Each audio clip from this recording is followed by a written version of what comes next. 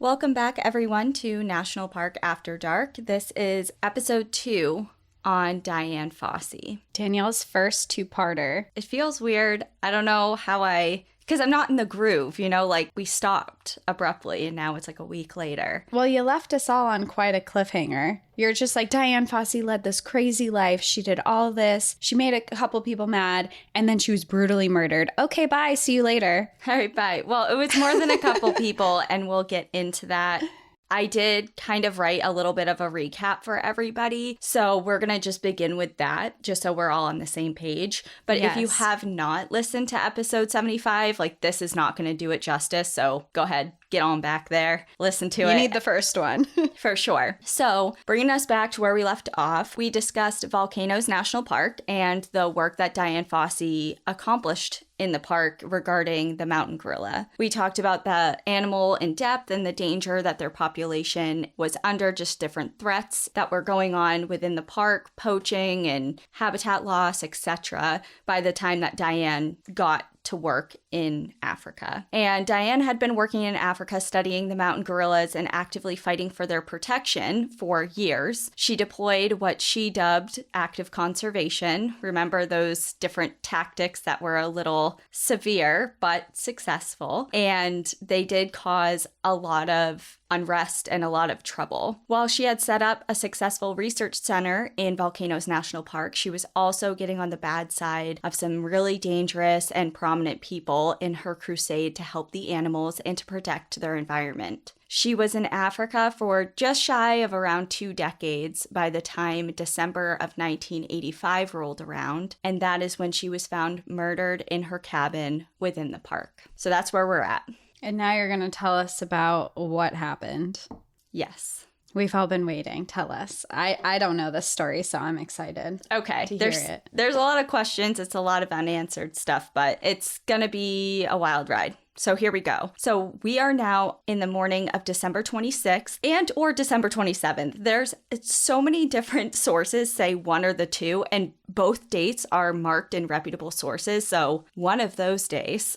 And what year was it again? This is 1985. 1985. Okay. So December 1985, just after Christmas, Wayne McGuire, one of the researchers at Karasoke, which is the research center that she had established, walked into Dian's cabin and immediately knew that something was off. The cabin was very still and eerily quiet. Papers were strewn around the room and furniture was knocked all over the place. He slowly made his way through the cabin, careful to avoid the furniture and items thrown around, and he approached the bed, and laying next to it was Dian's body. Her eyes were open, but it was clear that she was long gone. She had been deceased for a while. She was laying face up with a large gash across her face that covered her nose and splayed onto her cheek. There was blood behind her head and matted in her hair. Her hands were up by her sides and they showed visible defense wounds on them, and clutched within each of her hands were 2 different clumps of hair. The slashes and gashes on her body made it abundantly clear that she had been murdered with a machete that was later located underneath her bed. The entire camp was notified of the situation and authorities were alerted. Upon initial investigation of the scene, a few things stuck out right away. First, there were 2 sets of footprints that were found around the camp. They passed right by several cabins, including Wayne's, who came upon the scene first, and they led straight to Dian's cabin. This would lead to the belief that obviously there's 2 people involved in the crime if there's 2 sets of prints. Mm-hmm. Next, there's the cabin itself. Like I mentioned, there were things everywhere. I mean, drawers were pulled open, furniture was knocked over, there was paperwork everywhere. So at first glance, it looks like someone was clearly searching for something. And there was also a 3-by-3 foot hole that was cut through the corrugated iron siding of the cabin, kind of right near Dian's bed, that was initially reported as a point of entry for this murderer or pair of murderers. So they broke in by cutting a hole into the side of her cabin? That's what was first reported, yes. Okay. That seems like a really extensive way to get into a cabin. Right, because there's also a front door. And we'll get into that. Probably windows, yeah. Right. So one of the Karasoke researchers noted one of the first observations that would lead to what would just become like one of many, many questions. The footprints were not shoe prints. They were actual footprints. These people were going barefoot. Okay. And he had remarked, quote, "White men don't walk around without shoes, while we Rwandans do that very easily." So that was kind of like the first clue as to who these people could have been. Mm-hmm. The footprints were marked in circles, like encircled and kind of protected until the police arrived. But ultimately, when the police got there, they seemed really uninterested in them. So the people who had circled them and set them aside and noticed that they were just regular footprints and, shoeless were the researchers at Karasoke. So not law enforcement at all? No, at this point, this is just the people who are at the research center making these first observations. So they circle them, kind of like bring it to the attention of authorities. And at this point, it's not even clear if photographs were ever even taken of these prints, let alone casts. Casts were never taken of the prints themselves either. So all in all, there was actually very little to no effort to protect this crime scene in any way. Like if you're envisioning the classic crime scene tape, everyone out of the area, there's crime scene photographers, protective gear used, limited entry into the scene, like that is not what is happening here at all. The hair that was in Diane's hands were collected by a member of the U.S. Embassy. Her name was Kathleen Austin, and she says that the police were aware of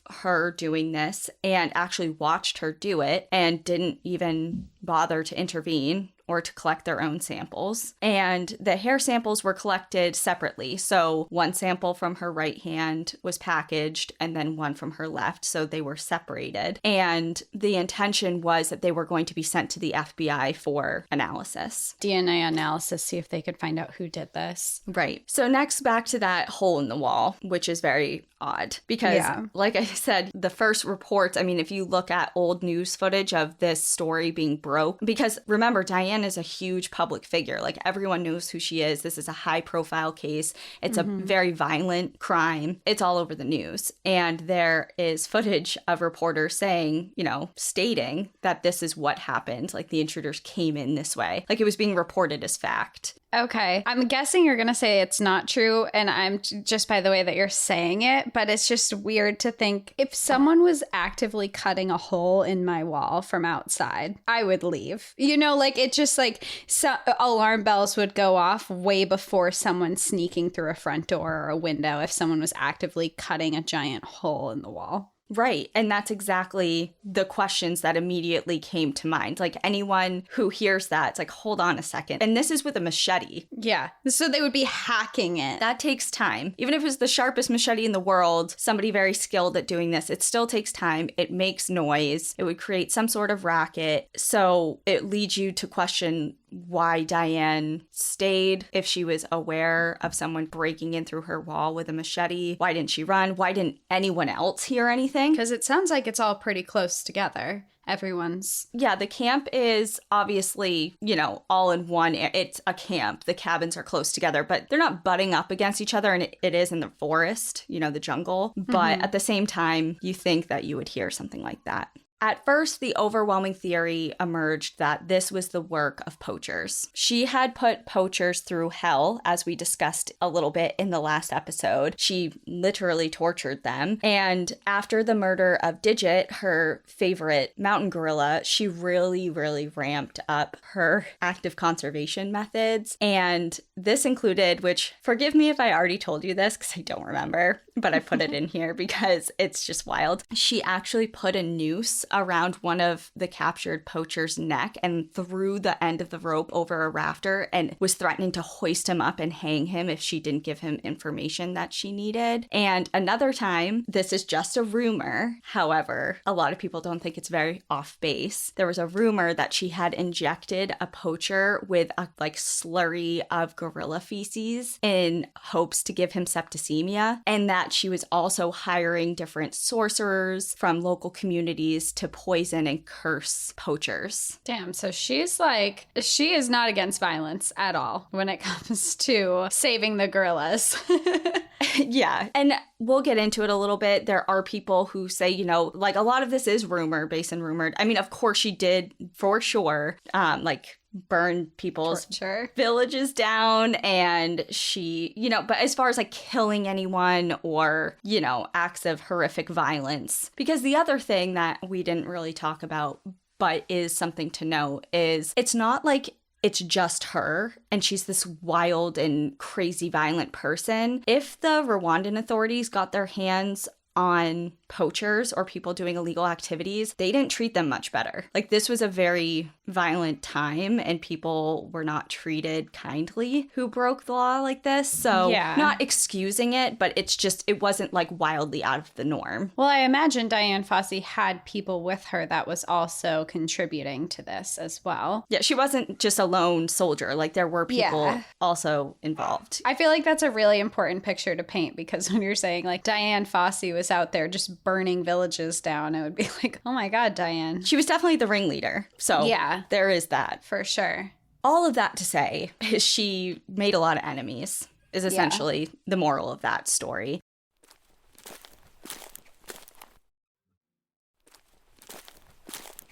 So, of course, the first thoughts would be poachers killed her as a way to put kind of like an end to everything that she was doing, and also as a form of payback in a way. And she did write, I said that she had kept a very detailed journal and diary, not only about the guerrillas, their behavior and her work, but also just day-to-day things, her thoughts, all of that. And she did have an entry in her journal that said, quote, "The man who kills the animals today is the man who kills the people who get in his way tomorrow." That's some foreshadowing right there. It's a little bit of foreshadowing, perhaps. Maybe she knew that something, I mean, she had to know, I'm sure she knew what a dangerous field that she was in, obviously, because she was participating in violence for her own cause. So I'm sure she knew the dangers and saw it within other activists in the area as well. Exactly. So the public immediately thought that she had been murdered by poachers. Like, that was kind of it in the beginning, because she so publicly fought against them for so long,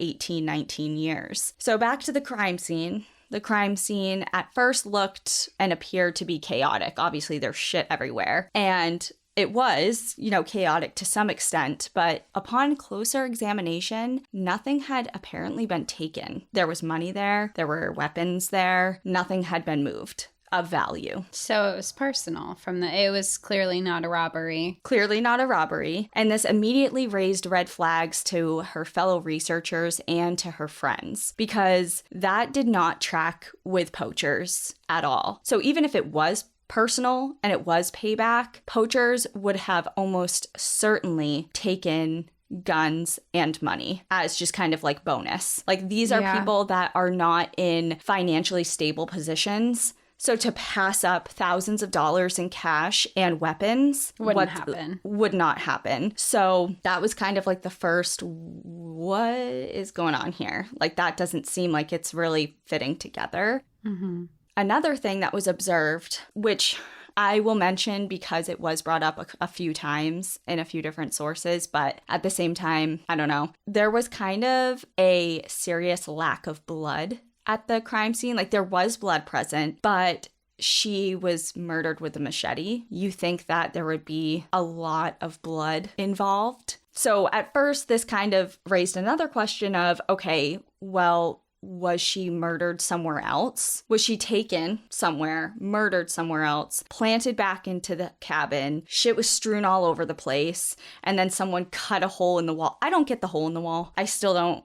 Yeah. With that theory, it's kind of weird too, though, because I would imagine if you had just murdered someone and she had clumps of your hair in her hands. Well, there's that. And also, it seems like that would take time. And she's in a camp where other people are, so to take her in and out seems kind of far-fetched too. It leaves a huge opportunity for a lot of witnesses. Yeah. And she seems like a woman that is not going to go quietly no matter what. So I just feel like the whole camp would have noticed something was wrong as she was being abducted, taken out of camp, killed, and then brought back. Like, there's just too much to that I think could go wrong. Well, she had a lot of defensive wounds too, that you said too. So there was clearly a fight involved. And I don't know how far away away she was from the other cabins. But then at the same time, you think, well, if there was this huge struggle, then wouldn't someone have heard it if she was killed right there too? Right. Who knows? I mean... Or if they did it in the middle of the night, maybe she was sleeping and it was like a last... But she was also on the floor. She wasn't in her bed. She was next to her bed on the floor. So now that there are questions surrounding the legitimacy of this poacher theory, what other theories are there? And that's when alternative situations started to come up. And one of them is that someone from camp had killed her, and the other was that the Rwandan authorities were to blame. There's more to unpack here again, so let's just start with the somebody from camp theory. Okay.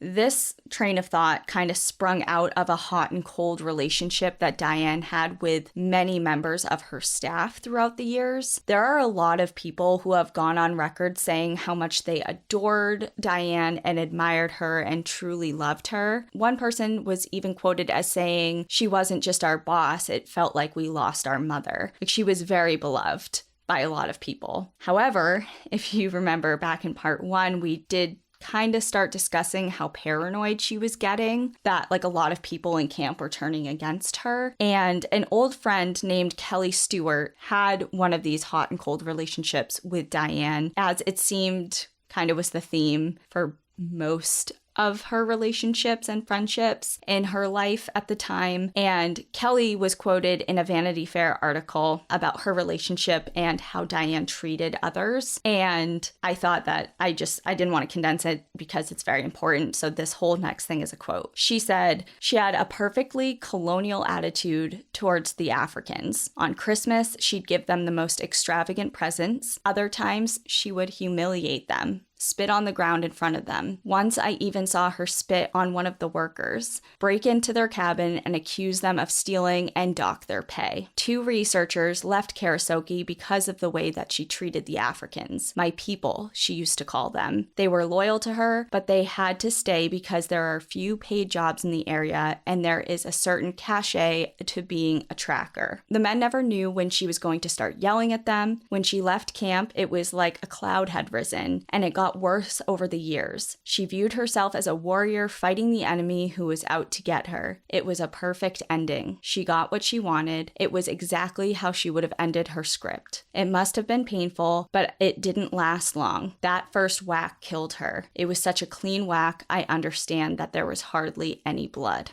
How does this person know in detail about how she was murdered? Well, at this point, this is after the public had been made aware. That's an odd way to say it, though. It was such a clean whack. It's an odd way to say it. And also, once the details of her death became public knowledge, especially to the members of Karasoke and researchers and friends of friends, like people in kind of like that immediate circle, they probably got more details than, you know, somebody living in Kentucky. But at the same time, I don't agree with that. Whether or not that whole first portion was right, I just don't agree with the last part. Obviously, I have a very outside perspective, but I hardly think that getting bludgeoned to death with a machete is how she wanted her story to end. Like, I just don't agree with that. But whatever. Yeah, it feels like her story, the way she would have wanted her story to end would be that she saved the gorillas and that poaching ended, because that was her whole... Right. Like, it sounded like a quote coming from someone who very much disliked her. And maybe she did towards the end. Like I said, they had a really tumultuous relationship. And not saying like, and not downgrading anything that she said she was treating, because it sounds like she was treating some people horribly, but just like the phrasing and the wording, like the whack was so clean, no blood. It just feels very cold for something so gruesome. And again, this is just one person's quote and feelings about her. And as with most things in life, there are various perspectives on situations. A friend and co-worker of Diane named Ian Redmond offered a totally different explanation for her treatment of staff. So in that same 1995 Vanity Fair article, he is quoted as saying, quote, "If you're working with Africans and want them to perform up to European standards, you have to blow up at them because they try to get away with doing as little as possible. Diane as an individual was in many ways like the guerrillas in that if you are easily put off by bluff charges, screaming and shouting, then you'll probably think that the guerrillas are monsters. But if you are prepared to sidestep those bluff charges and temper and shouting and get to know the person within, then you'll find that Diane, like the gorilla, was a gentle and loving person," end quote. Okay, so that's a little weird too, though, because he is defending her, but at the same time, he is generalizing an entire population of people and he's rationalizing why you can treat them badly. Yeah. I know. And I felt the need to like put the 1995 in there, like the 1995 Vanity Fair article, not excusing it because it's a different time. I mean, it's not even that long ago. And of course, it's not the author of this article that said that. That is a direct quote from that man named Ian. But I totally agree with you. And I actually wrote a little bit of something like that because I was like, okay, I get what you're trying to say, but there's another problem with your statement that has nothing to do with Diane. It's how you're saying this. So I wrote, like you said, it's a blanket statement, essentially, just totally insinuating that an entire population is lazy and has like a lesser than work ethic than Europeans, which is obviously racist. And saying that Europeans are better than. Right. And the other thing about that is Diane owes a lot of her success to the local people for a ton of different reasons. So number one, Karasoke, like getting it up and running, she had the help. She couldn't have done this without the help of the local. Well, at first she was in the Congo and now she's in Rwanda. But the local African people like helped her from square one. Yeah, she can't save an entire gorilla population without the help of the African people who care about the same topic that she does. Right. Equally, you know, and because they're right there alongside her. I mean, from getting Karasoke up and running, they taught her how to track the gorillas. Like she leaned on different people throughout the years. Oh, yeah, because she worked in mental health before this. She was in Kentucky, or she was working in Kentucky, but she lived in a lot of different places. She never lived amongst gorillas before. She needed the help from African people. Exactly. Yeah. And then she had obviously the help from them with the boots on the ground for her anti-poaching force. And, you know, they helped her research and track and, you know, just document everything. I mean, Diane is largely credited with saving the gorilla, and I truly agree that if it was not for her and her passion and her advocacy work, who really knows what would have happened to the gorilla and whatever trajectory they were on, where it would have led if she didn't step up. However, I don't think that she could have necessarily done it without the help of the same people that she was treating pretty fucking horrifically. Yeah. Like you can look at two sides of this. She did some really amazing things, but it's clear at the same time she was doing some things that are like, oof, Diane, you can't treat people like this. And, right. Exactly. Yeah. So, okay. Back to the theories, because the next was that her death was ordered by some sort of authority or someone high up in an illegal operation.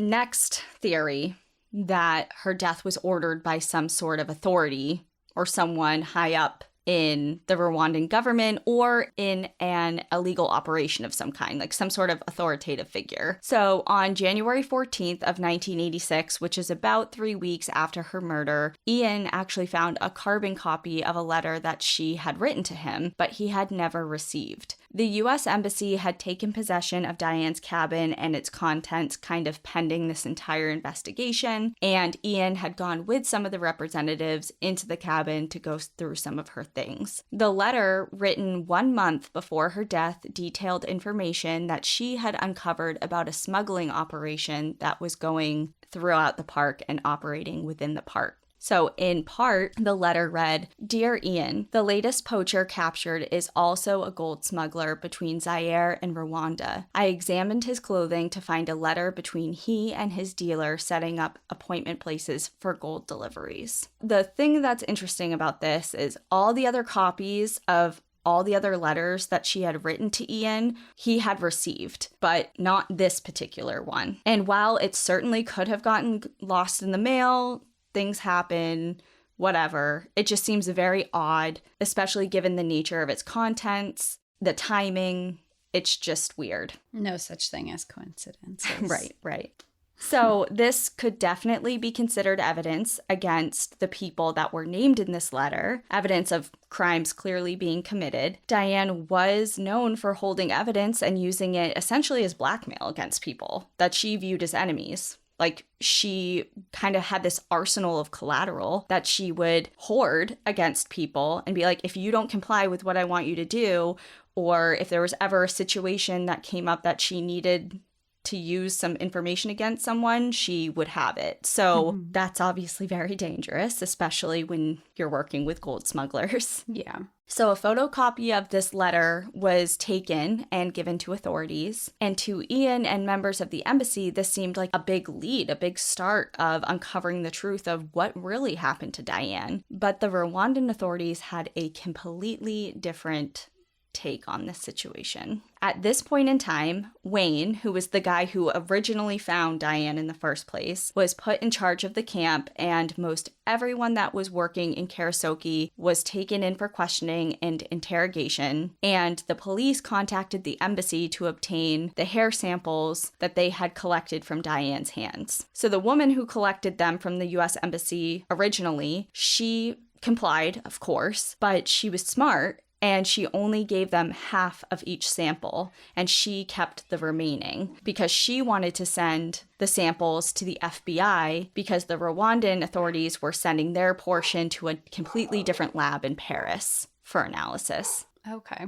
On February 3rd of 1986, 6 weeks after Diane's murder, Wayne was working on a picnic table outside of Diane's cabin when he saw movement inside of the cabin. Remember, he had been put in charge of the camp, and he says that he felt it was his duty to protect it, especially after all that's happened, with Diane in the aftermath. So he entered the cabin despite it being off limits because the US Embassy has control over it. No one is supposed to be going in or out without explicit permission and people overseeing the comings and goings. At the same time that he goes in there, a guard approached the cabin and allegedly witnessed Wayne piling books and other personal effects into boxes. So Wayne was ordered out of the cabin with his arms raised, and things quickly just flew out of control, got out of hand. There was shouting, guns were pointed at each other, there was a lot of commotion and action, and basically they were accusing Wayne of breaking into the cabin and attempting to steal different manuscripts or research, just different things that Diane had in there. And of course, Wayne is denying all of this, but less than 1 week later, he received a letter stating that he needed to report to the police station, where he was immediately interrogated, and essentially he was being accused of her murder. Because he went inside her cabin? Yes, and we will discuss a little more about that. Well, I mean, if he was going through her stuff, that's kind of weird. Allegedly. He says he wasn't. Okay. God, there's so many, things going on here. He said, she said. Yeah. Exactly. So after this questioning and interrogation, he calls it an interrogation. This was not anything to do with just a quick, what were you doing, etc. He was like, there were people that I was being physically, bullied, essentially. I was being shouted at. I was being almost tortured, essentially. And they finally released him, and he was allowed to go back into camp. But the murder investigation continued. Months go on, and over the course of this investigation, pretty much all of the Karasoke workers were taken from camp, interrogated, and ultimately released, with the exception of one worker, and his name was Relicana. And he was one of Diane's best trackers. And like we already touched upon, Diane would sometimes mistreat her workers, and she especially had problems with those who disrespected her or kind of undermined her authority or questioned her. And Relicana was one of them. He wouldn't take her shit, essentially. He wouldn't allow himself to be mistreated, and he often stood up against her. And on several occasions, he actually quit, but then was rehired because he was just so good at what he did. Like, his skills were invaluable. So they had like a really love-hate type of dynamic and relationship. It's like, I need you, but we also don't get along. Mm-hmm. But Exactly. I need you.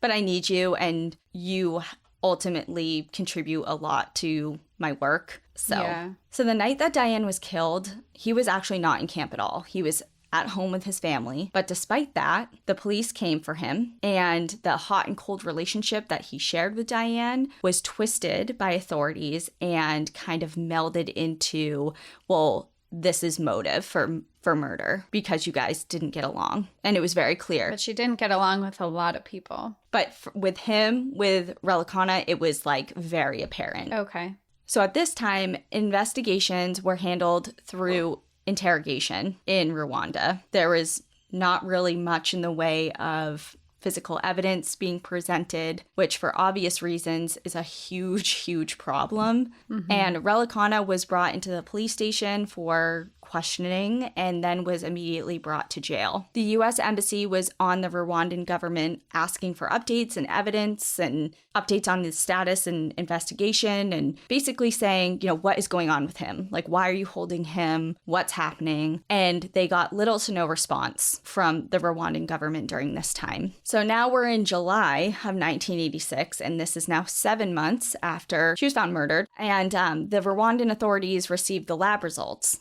from the hair samples that were sent out. Oh. Yes, it's not as exciting as you think. So they concluded that the hair from her right hand was Caucasian in origin, but it wasn't her own. So at first, there was a theory that either it was defensive, like she had grabbed somebody and it was in her hands, or she got hit in the head with a machete and just kind of instinctively put her hands at the back of her head, and her hair fell out, in clumps. Okay. So at first they were like, is it hers? Is it somebody else's? What's going on? So they concluded it was Caucasian and it wasn't hers. The Rwandan government contacted the U.S. Embassy with good news. They said they had 2 suspects to charge for the murder of Dian Fossey, to charge with her murder, and that was Wayne McGuire and Relicana. So essentially, their reasoning was, like, this is what the story was that they had landed on. They said that the 2 men had somehow conspired to kill Diane. Wayne's motive was to steal her research, and Relicana's was because he was just essentially a disgruntled employee and wanted her gone. So that I seems see you a like little far-fetched. Like, my brain's spinning right now. Like, hold on. I saw the wheels turning a little bit. You're like, hold on, which is exactly the reaction that a lot of people had. Because among some of the glaring issues with that theory, according to Wayne, they had never met in camp. Like, him and Relicana had never met. And Wayne didn't speak Swahili. He didn't speak Relicana's language. So he couldn't communicate with him. And they didn't speak a mutual language. Right. So how are they going to conspire this elaborate plan? To conspire, cover up, stay on the same story, like what? And they didn't have a same story. I mean, they said Relicana was like, I was at home. Wayne was like, I had nothing to do with this. So it's not even like they have the same story to stick to. Did they match the hair samples to them? Oh, we'll get to that. We'll get to that.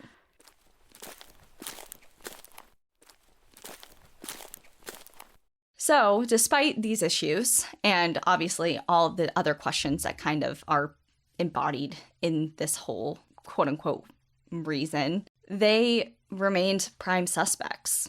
However, because Wayne was not formally charged yet, he was just named a primary suspect, one of the 2 primary suspects, the U.S. Embassy got him on a flight and out of the country right away. Oh, wow. So they didn't even take the time to... No. Because remember, they're tracking this whole thing. They're involved in this whole thing. And they've been following, what's been unfolding. And it seems pretty clear that Wayne is most likely not responsible for this. And of course, even if he was, they could still locate, they just got him out of the country because they saw that shit was going to start going down here and it probably wasn't going to be good for him. So 3 weeks later, the formal charges came down and Wayne made a public statement from the United States, of course, on camera, responding to the allegations. And he said that they're outrageous charges that the Rwandan government is imposing on him, saying that he had nothing to do with Diane's death at all. He called her a friend and his mentor, someone he really looked up to, worked for and with for years. He said that he had everything to lose and nothing to gain from her death and was just shocked and outraged by all of these false allegations. And none of the fellow Karasoke researchers or camp members thought that he had anything to do with it either. Like, they couldn't imagine him being responsible, not only because of the person that he was and the respect that he had for Diane, but also, again, like he kind of mentioned, what is there to gain from this? Like, what would be the purpose of this? It's like, what is my motive? Please tell me, because I don't get it. Right. Meanwhile, September 29th, 1986, word was sent from Rwanda that Relikana had died in prison. Officially, he had hung himself in his cell. Unofficially, a former prison guard anonymously came forward saying that we all know he didn't commit suicide. He had no means to do so. And on the day of his death, this guard witnessed 2 government officials go to his cell and then come back with Relikana in a body bag saying that they found him passed away in his cell. Okay, so that kind of brings us back to your other theory where we said that the authorities might have had something to do with this. Mm-hmm. The plot is just, it gets so much, it's just, there's a lot going on. It's crazy how much is going into this, because if it was the Rwanda authorities, then I would imagine that this was all money-based. Right. And I'll try and get through the rest of my notes without getting off track, because we could go down a rabbit hole. When loved ones describe Relikana, they say he was a really good friend, a family man, and a man with integrity. He would have never killed Diane or himself. The Rwandan government did not release his body to his family, so his family never saw him again. And an autopsy was clearly never performed. So all of it is so sketchy. So sketchy, and just my heart breaks for his family. And a lot of the footage of, if you look up Dian Fossey and Karasoke, especially in the early days, and his name, Relikana, there's footage of him, and it's really sad. So on December 11th of 1986, Wayne was tried and convicted in his absence. So there was a whole ass trial for him in Rwanda. Without him there? Without him there. Was anyone defending him?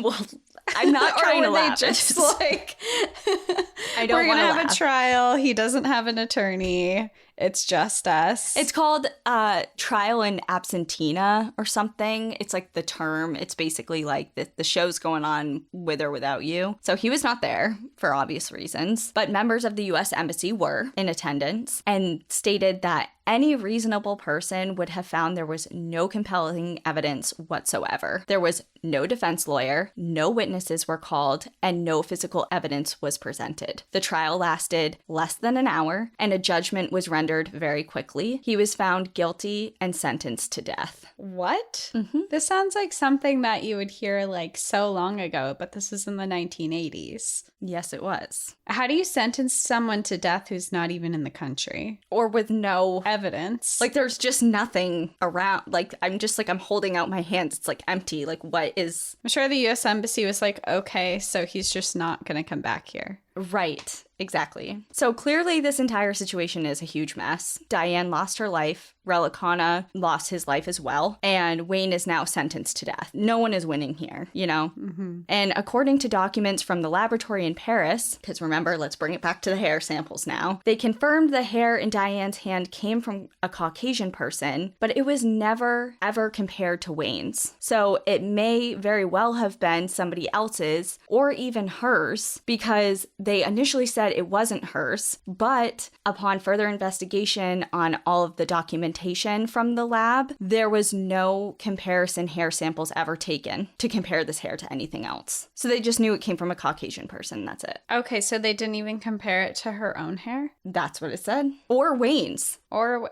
the person who they've sentenced to death for it. I guess it's just a wild investigation. Of course, also, there's the whole crime scene itself. It was markedly contaminated. Evidence was not collected properly or at all, or processed correctly. Just everything was just all over the place. And of course, the case was really high-profile news. There was a huge pressure coming from all over, not only in Rwanda in the United States, but globally. I mean, Diane was known around the world, and there was a huge amount of pressure for this case to be solved. There are questions as to whether the Rwandan authorities at the time were actually just really incompetent and just really messed up this entire investigation, or maybe they just didn't want to solve the crime appropriately for reasons that we kind of have touched on already. Well, if they're involved, then it would make sense of why they've botched this whole investigation and planted it on someone else and sentenced them to death so quickly to be like, oh, no, it wasn't. It's this person, we know for sure. So more people than not agreed that the official story didn't track. What was the desired outcome if it was true that Wayne got away with the crime? And this is something that a couple of his fellow researchers made note of. They were kind of posing the scenario like, okay, so say he really did do this and his motive really was to steal Diane's research. What was he going to do? Kill her, the most prominent and well-known guerrilla researcher at the time, and almost without saying of all time, steal all her research and then publish it and claim it as his own? Someone who very clearly worked under her and with her, and now all of a sudden she's dead, and now all of a sudden he has all of this. Yeah, like where is none of it makes any sense. Right, like who would ever believe that, And in regards to the Rwandan government being behind it, as Diane was often kind of like a thorn in their side, she created a lot of problems for them. Why would they kill her when they could have just easily kicked her out of the country? Like, why go to the lengths of getting her killed when they could have just kicked her out of the country? How would they kick her out? I mean, she wasn't a resident. I imagine she had like a working visa or something, though. I imagine she was legally there. But the Rwandan government is like, if they wanted her out, they could have gotten her out. Yeah. And the poaching theory, we already covered that. It didn't really fit well. So that leaves this smuggling operation. The gold that you were talking about, the gold smuggling? Yep. Or some other type of illegal activity or operation that she had some sort of knowledge about that was operating out of the park. So if someone was in a position of authority that was implicated or involved in an illegal activity, and Diane made it known that she had this ammo against them, did someone have her killed? Because there's a lot of different theories swirling around, but there's also a very real possibility that someone that was in the Rwandan, like a Rwandan authoritative figure, like whether in law enforcement or some type of political figure, if they were involved in an illegal operation and they were somehow implicated in whatever she had uncovered about it, that could ruin their lives and their careers. It doesn't mean that this one person, like this illegal operation, had to do with it, which they certainly could have, and it could have just been a standalone thing, but there also could have been some ties in the government too. Well, you said that she had a history of blackmailing people when she found out information about them, right?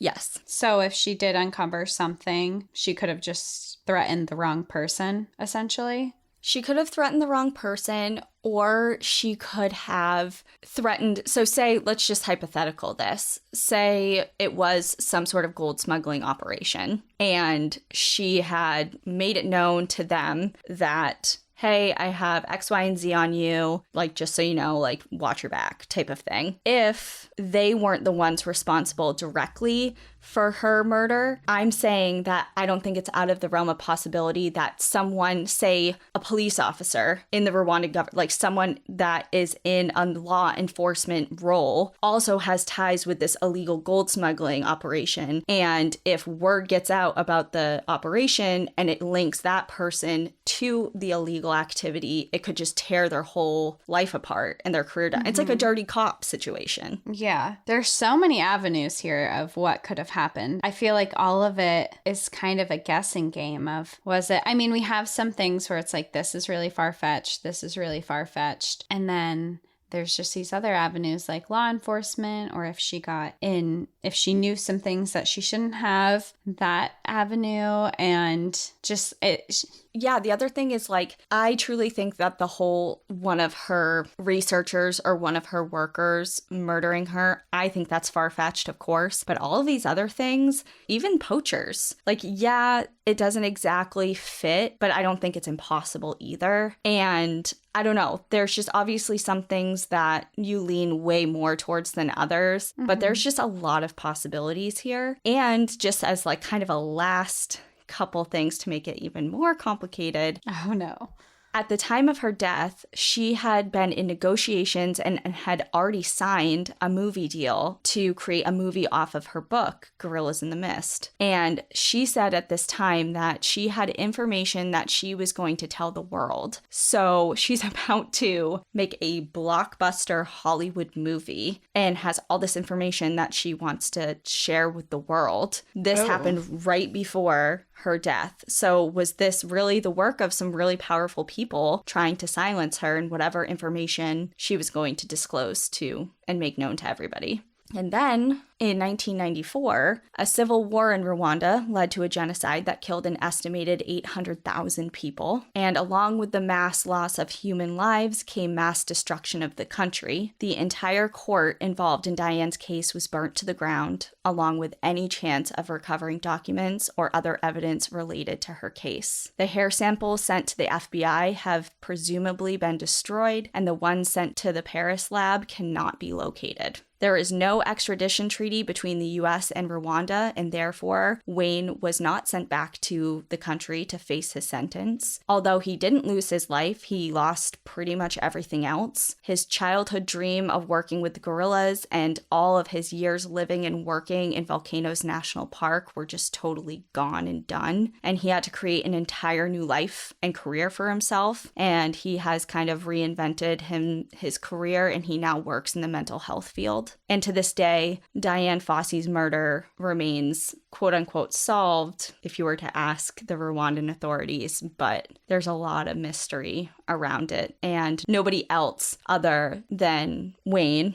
McGuire, and Relicana have been named as suspects. Wow. What a crazy story and how that all went down. I feel like this is wildly unsolved. I wrote, to this day, her murder remains unsolved because I truly believe that that's true. No matter what officially, they were like, okay, in 30 minutes, here we go, you're guilty. I don't take that. It feels like we're never going to know either. Well, yeah, no. Unless someone comes out on their deathbed and is like, I did it. And even then, where's the evidence? Who's going to believe it? Right.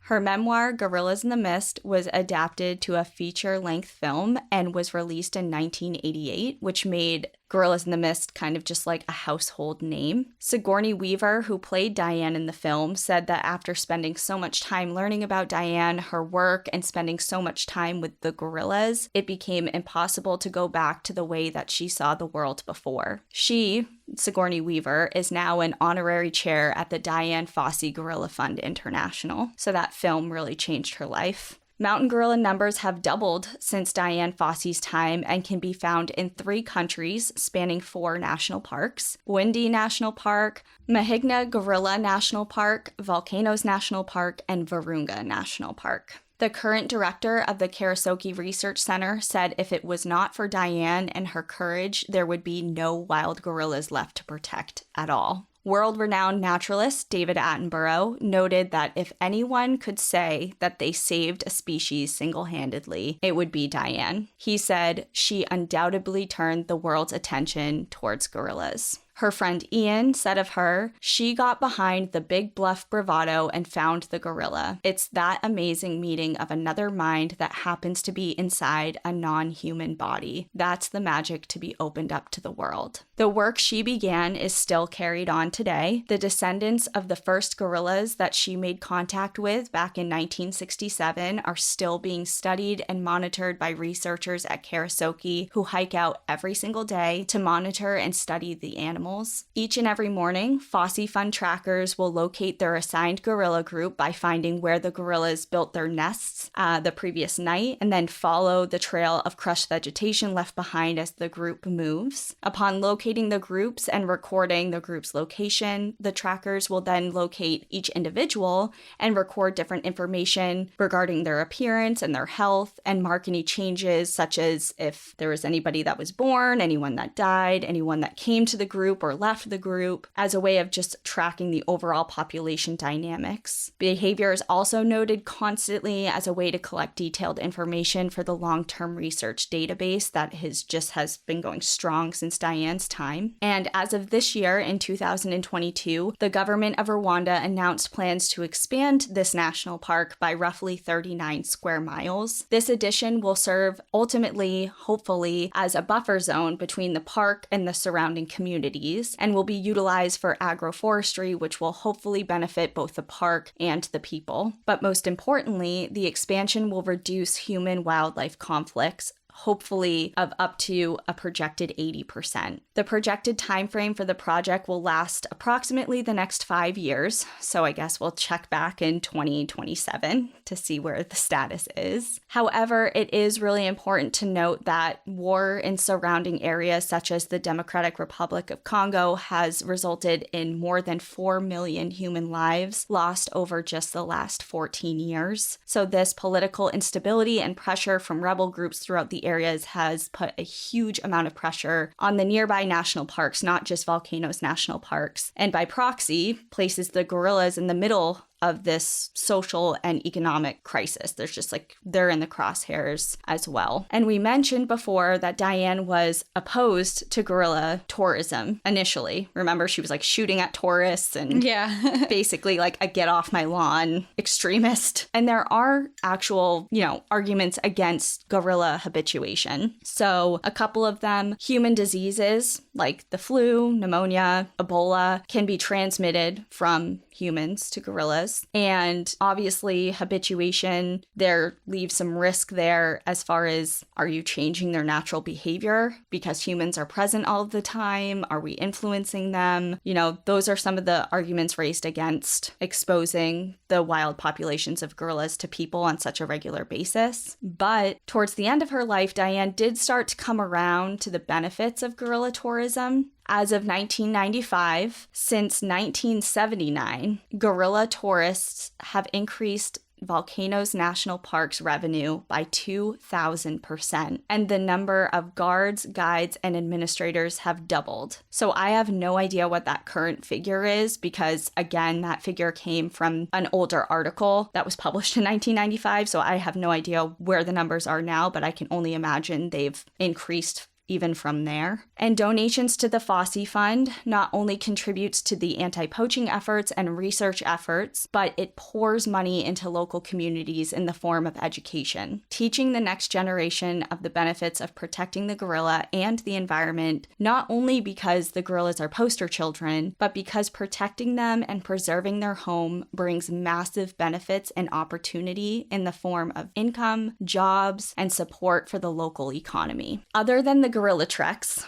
one of the most sought-after activities in Volcanoes National Park is hiking to Dian Fossey's tomb. Dian is buried at the Karasoke Research Center in a graveyard she began for her fallen gorilla friends. She was laid to rest according to her wishes on December 31st of 1985 in a small cemetery alongside her animals and directly next to her beloved Digit. The hike brings you up the slopes of Mount Karasimbi. Hikes are led by experienced local guides, and you have to set off early in the morning. The hike itself is considered difficult and takes about a half a day, but it leads to the ruins of her home in Karasoke and to her grave amongst her murdered animals and counterparts. Initially, a wooden cross and a photo of Dian and the gorillas she loved were placed on her grave, but that has since been replaced by a plaque where visitors often leave bouquets of flowers. And it reads, her nickname, which I couldn't pronounce before and I still can't, but I'm going to try. I think it's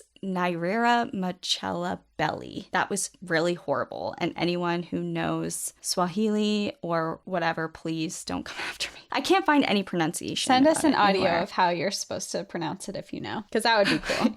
That would be cool. I can't find it on Google anywhere. It's like I do it and then I'm like, wow, that is actually I know I'm not saying it right, but that's definitely not it either. Yeah. And also I didn't write the meaning, but in the first part it means the woman that lives alone in the forest. That was her nickname. And then below it says Dian Fossey, 1932 to 1985. No one loved gorillas more. Rest in peace, dear friend, eternally protected in this sacred ground, for you are home where you belong. And while poaching has decreased and gorilla numbers have increased since Dian's death, we aren't out of the woods yet. As we mentioned, mountain gorillas are still poached and their habitat is still under threat. If you would like to support the ongoing gorilla protection efforts and contribute to the work of the Karasoke Research Center, definitely consider looking into and donating to the Fossey Fund, and I will link it in the show description for this episode. Dian's ambition, dedication, and the legacy she left behind continues to inspire people around the globe. And I'm going to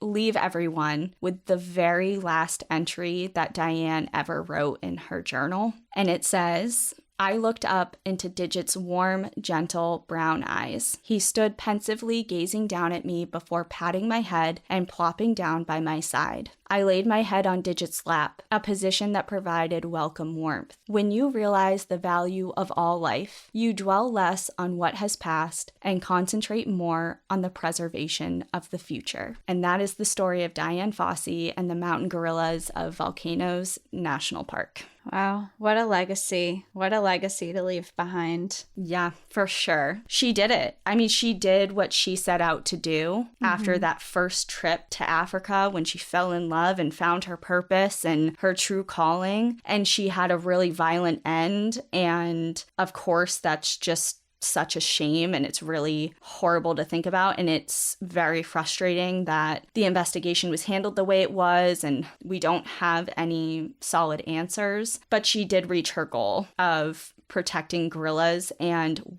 Gorillas in the Mist was a household name in my world because of Dian, and probably so many others. And, you know, like David Attenborough said, like, she could claim, like, imagine that. It's like, because of me, this species is still around. Like, who can say that? Her and Jane Goodall, you know? Powerful women. Just so powerful women. And even though, like, there's some parts of her that are, you could say, like, controversial, or she wasn't great in certain areas, it's like she set out for a goal to save a species, and she did whatever she needed to do possible. And it sounds like she was a little ruthless, and she was it wasn't like she's like this happy go-getter woman. She was to the point, like, I'm doing this and we're succeeding at any means necessary. Mm-hmm. Yeah. So there's also someone that, I mean, she wasn't the same as Dian, but she has kind of a similar story, and her name is Joy Adamson, and she has an incredible story. It's very similar as far as, like, setting out to advocate for an animal, and she was also murdered. She's also buried in a national park, but she had to do with lions. She was the author of Born Free. There's a huge movie about it. It's a book. Like,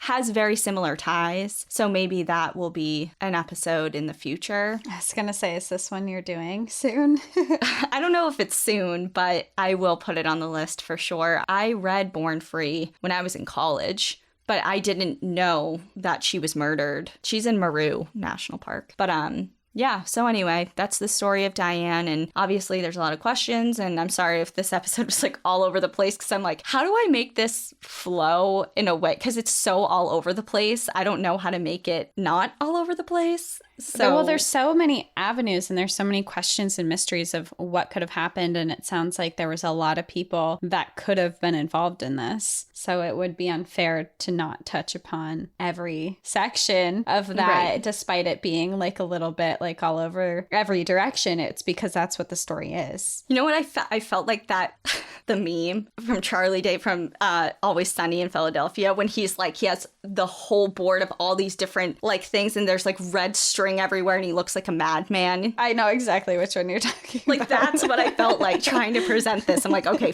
are you following me? You know, like here it is. Like showing the my board. hair's everywhere. I'm like, do you see? Yeah. So anyway, that is it. Everyone should go definitely watch Gorillas in the Mist. It's an amazing film and it's very true to Diane's story. And if you really wanted, you know, go in depth, her book, Gorillas in the Mist, I mean, it's her memoir. So add it to the list, the book list. Yeah, we got a long list running. We should really someday start a book club because we have so many books. I know, but I can't even think about running that right now. I'm just like, oh God, there are a lot of things that we want to do that we're just like, yeah, maybe someday. That would be great. All right. We're very busy.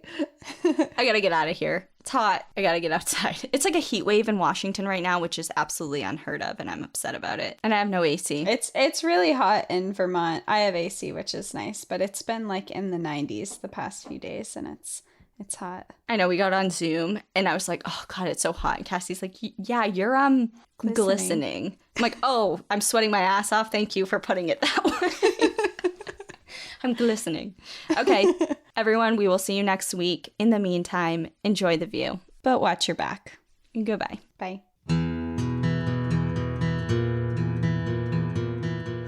Thank you for joining us again this week. If you have a trail tale you'd like to share, send us an email at npadstories@gmail.com. Follow us on Instagram and Facebook at National Park After Dark and on Twitter at NPAD Podcast. Become an outsider by joining our Patreon, where you'll gain access to monthly bonus stories and exclusive content. And remember, when you support our partners, you're supporting our show. To access our special discount codes along with source information from today's episode, check out the show notes. For information on the show, to shop our merch store, sign up for our newsletter, and more, visit npadpodcast.com. And if you're enjoying the show, please rate, review, and subscribe wherever you listen to podcasts.